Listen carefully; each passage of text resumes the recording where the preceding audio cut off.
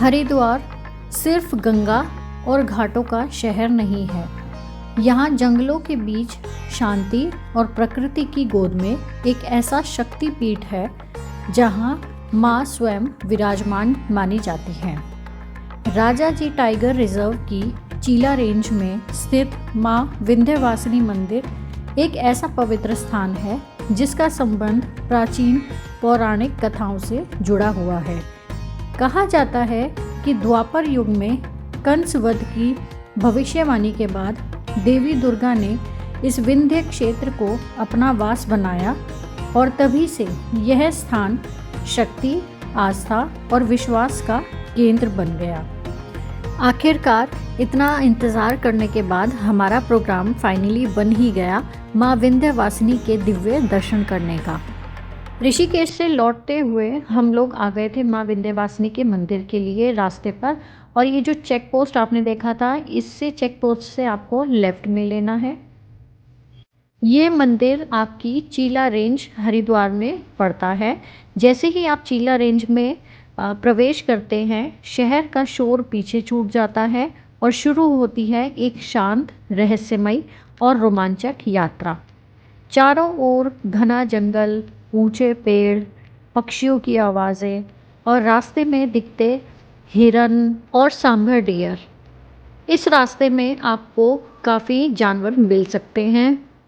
अभी हमारी इस रोड पर शुरुआत ही हुई थी कि हमें रास्ते में ये सांभर मिल गया, और इसके साथ और भी सांभर यहाँ पर मौजूद थे, तो हमने और बच्चों ने इनको देखकर काफ़ी इन्जॉय किया। इसी रोड पर काफ़ी लोगों को टाइगर भी मिला है और लेपर्ड भी दिखाई दिया है, और हाथी तो यहाँ पर नॉर्मली मिल ही जाता है। माँ विंध्यवासिनी मंदिर का जो रास्ता है वो बहुत ही खूबसूरत है।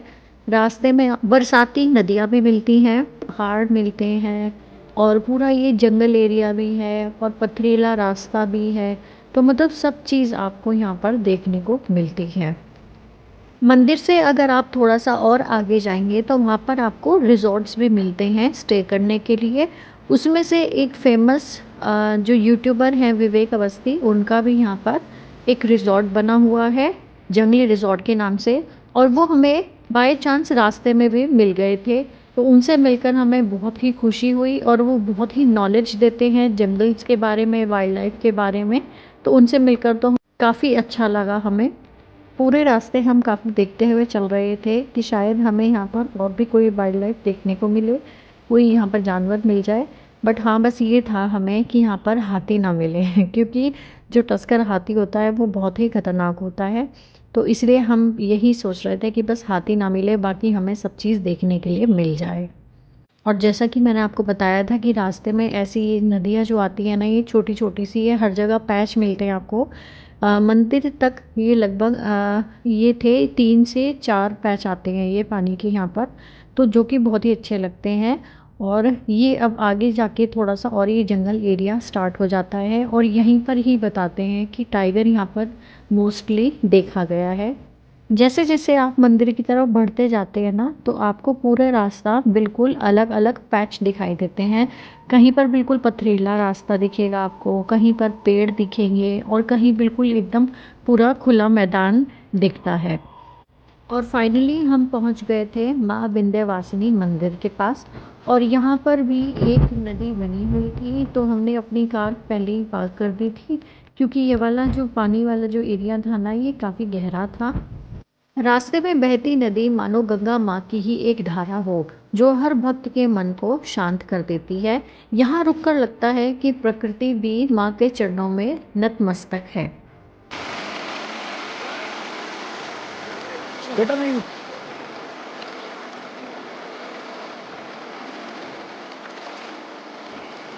बस ये वाला नदी का जो पैच है, ये हमने कार से उतरकर अपने आप पैदल पार किया था, जो कि बच्चों ने तो बहुत यहाँ पर एंजॉय किया आकर।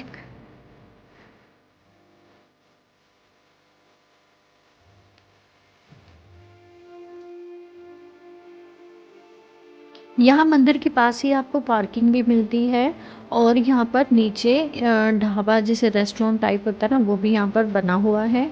यहाँ पर आपको चाय भी मिलेगी, खाना भी मिलेगा और स्नैक्स वगैरह भी मिलेंगे, जो कि जैसे मंदिर ऊपर जैसे चढ़ाई है ना यहाँ पर, तो जिस थक जाते हैं तो नीचे आकर वो कुछ खा भी सकते हैं। आपको इजीली यहाँ पर खाने के लिए भी अवेलेबल हो जाता है।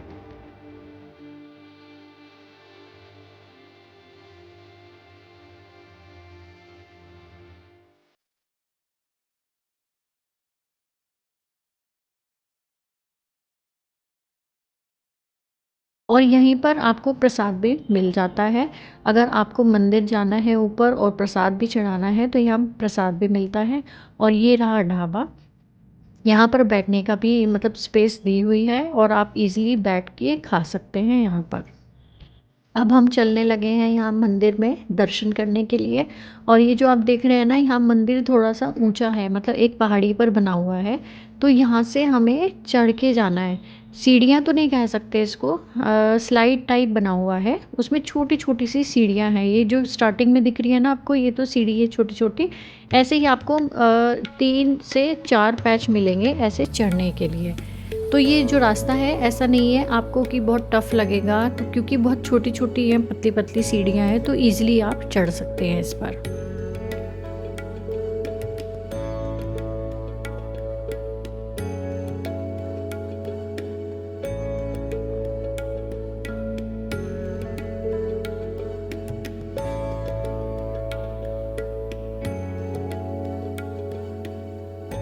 और यहाँ पर चढ़ाई करने का एक अलग ही एक्सपीरियंस था।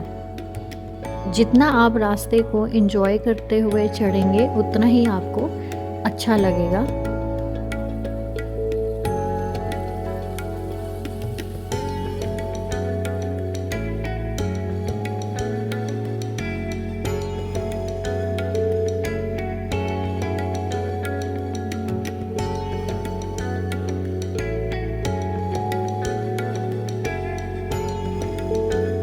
और ये जितना देखने में ऊंचा लगता है ना मंदिर, उतना है नहीं, ईज़िली आप चढ़ सकते हैं। शुरू में डर लगता है कि पता नहीं हम चढ़ पाएंगे या नहीं चढ़ पाएंगे, लेकिन ये इजी है चढ़ना यहाँ पर, और आसानी से आप ऊपर जाकर दर्शन भी कर सकते हैं।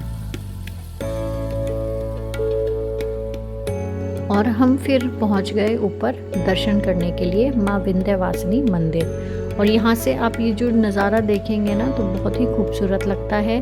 चारों तरफ आपको पहाड़ दिखाई देते हैं और ये पूरी चीला रेंज है हरिद्वार में, जो राजा जी नेशनल पार्क की रेंज है।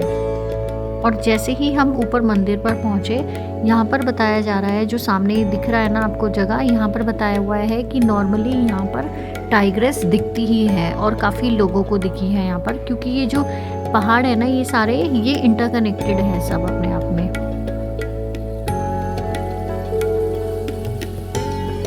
चलिए चलते हैं मंदिर में।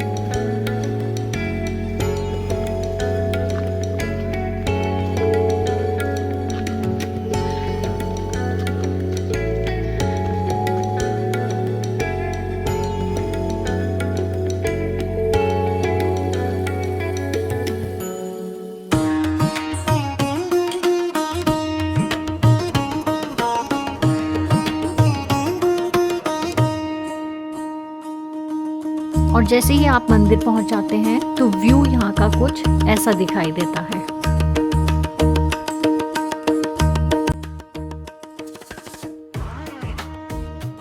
जब जंगल के बीच माँ विंध्यवासिनी के दर्शन होते हैं तो शब्द अपने आप शांत हो जाते हैं।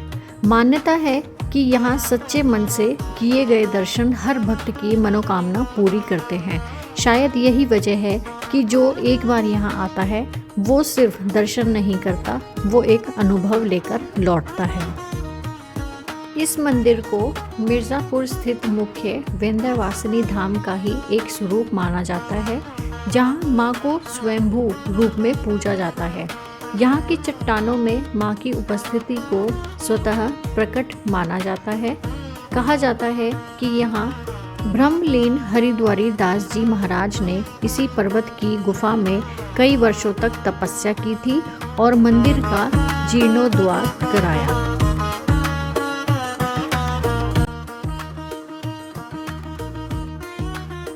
अगर आपको भी प्रकृति, आस्था और शांति तीनों का अनुभव एक साथ करना है तो माँ विंध्यवासिनी का यह पावन धाम जरूर आइए। जय माता दी।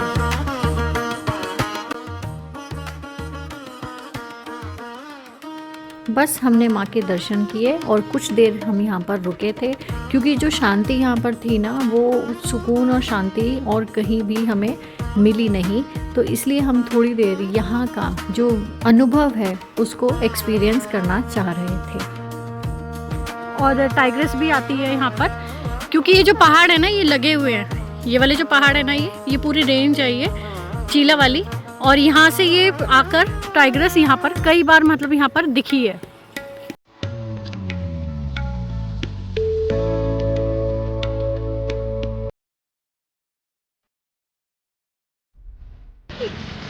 कैसे किया बताओ। जो नेक होती है इनकी, हाँ। वो पानी के अंदर डालते ही अपनी पूंछ हिलाने लग गई।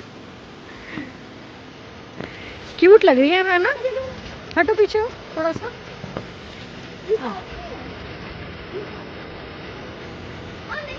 नहीं बेटू, काटती है। ये देखो अभी देखो, वो लोकल की है, मुझे तो पता ही है।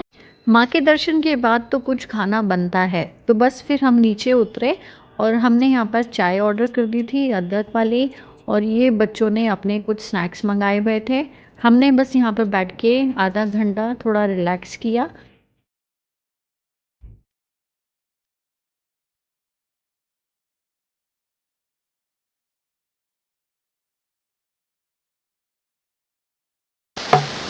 गर्मा गर्म चाय और गर्मा गर्म मोमोज माँ विंध्यवासिनी मंदिर पर। और सोहनलाल जी की दुकान थी। सोहनलाल जी की दुकान है ये है सोहनलाल जी की दुकान, जो कि विवेक अवस्थी जी हमेशा अपने चैनल में बताते रहते हैं। और यहीं पर हमने फिर अपना रुक कर चाय बनवाई है अपनी, और हमने गर्मा गर्म मोमोज लिए हैं।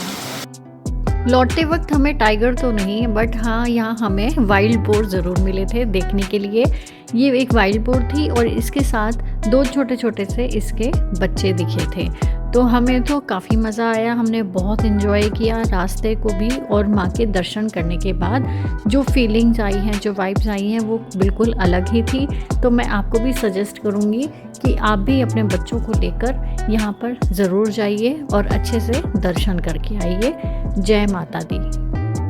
ऐसे ही मोर ट्रैवलिंग वीडियोज़ के लिए मेरे चैनल को सब्सक्राइब कर लीजिए और इस वीडियो को शेयर कीजिए।